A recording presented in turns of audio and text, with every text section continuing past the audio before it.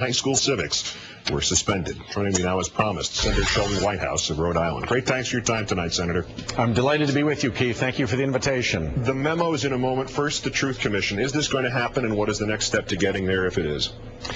I'm not sure whether it's going to happen. I hope that it does. Whether or not that particular Truth Commission happens between executive oversight, criminal prosecutions, congressional oversight, and your work of the Fourth Estate, this must and will get out.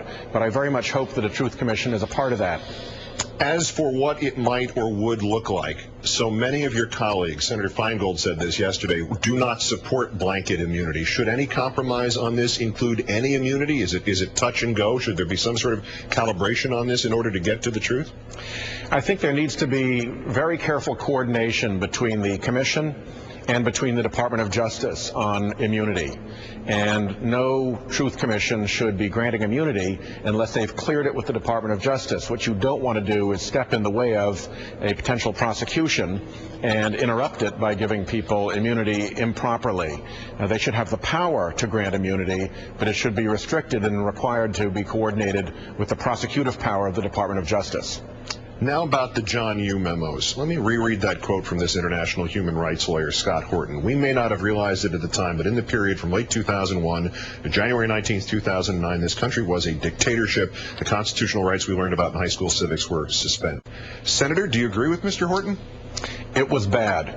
I've been drilling into OLC for some time now. I've described it as Dick Cheney's little shop of legal horrors, and this recent disclosure only makes it worse. The difference between America, a country of laws, and some tin pot dictatorship where everybody does what the Generalissimo tells them is institutions like the Office of Legal Counsel, which are supposed to do their duty, which are supposed to follow the law, which are supposed to be driven by principles higher than the urgencies of the moment. And for them to have rolled over and allowed themselves to be told what to say, and to do so in ways that are just flagrantly apart from really any defensible legal theory, really shows how bad things got, and it really helps make the case for why we need this kind of investigation. This kind of stuff can't keep happening in America. Senator, if you've drilled into it and you've looked at these carefully, as you say you have, does it suggest that maybe a Truth Commission might not be enough and that we might actually have to have a special prosecutor? Would you support that idea? I think it may be early to talk about a special prosecutor, and a special prosecutor would probably want to have a lot narrower focus than the broad look at the issues that we're talking about in the Truth Commission. But nothing, I think, should prevent a special prosecutor being invoked at the appropriate time, and I would not be surprised if we got to the point where that was appropriate.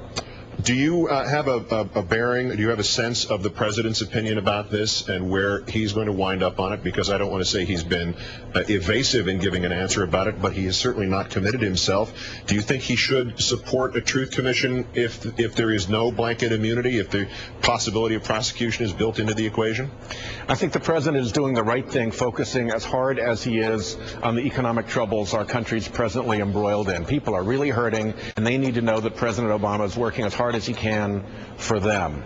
I think it's appropriate for him to let us in Congress begin to sort through these issues, decide a little bit more clearly how much we're going to do through congressional oversight, maybe let the Office of Professional Responsibility at the Department of Justice come out with its opinion on the Office of Legal Counsel, see whether the Department of Justice is going to go forward on any of these things, let us come up with how the commission will be shaped, and then he can enter the debate at that point. I think he's being prudent, and I think we have some work to do ahead of us. I hope very much that where we end up is a joint effort that President Obama supports so that we can go forward, clear the decks, let America know what happened, and put these unfortunate days behind us. Senator Sheldon Whitehouse of Rhode Island, great thanks for being so forthright and so direct and for your time tonight, sir. My pleasure. Thank you.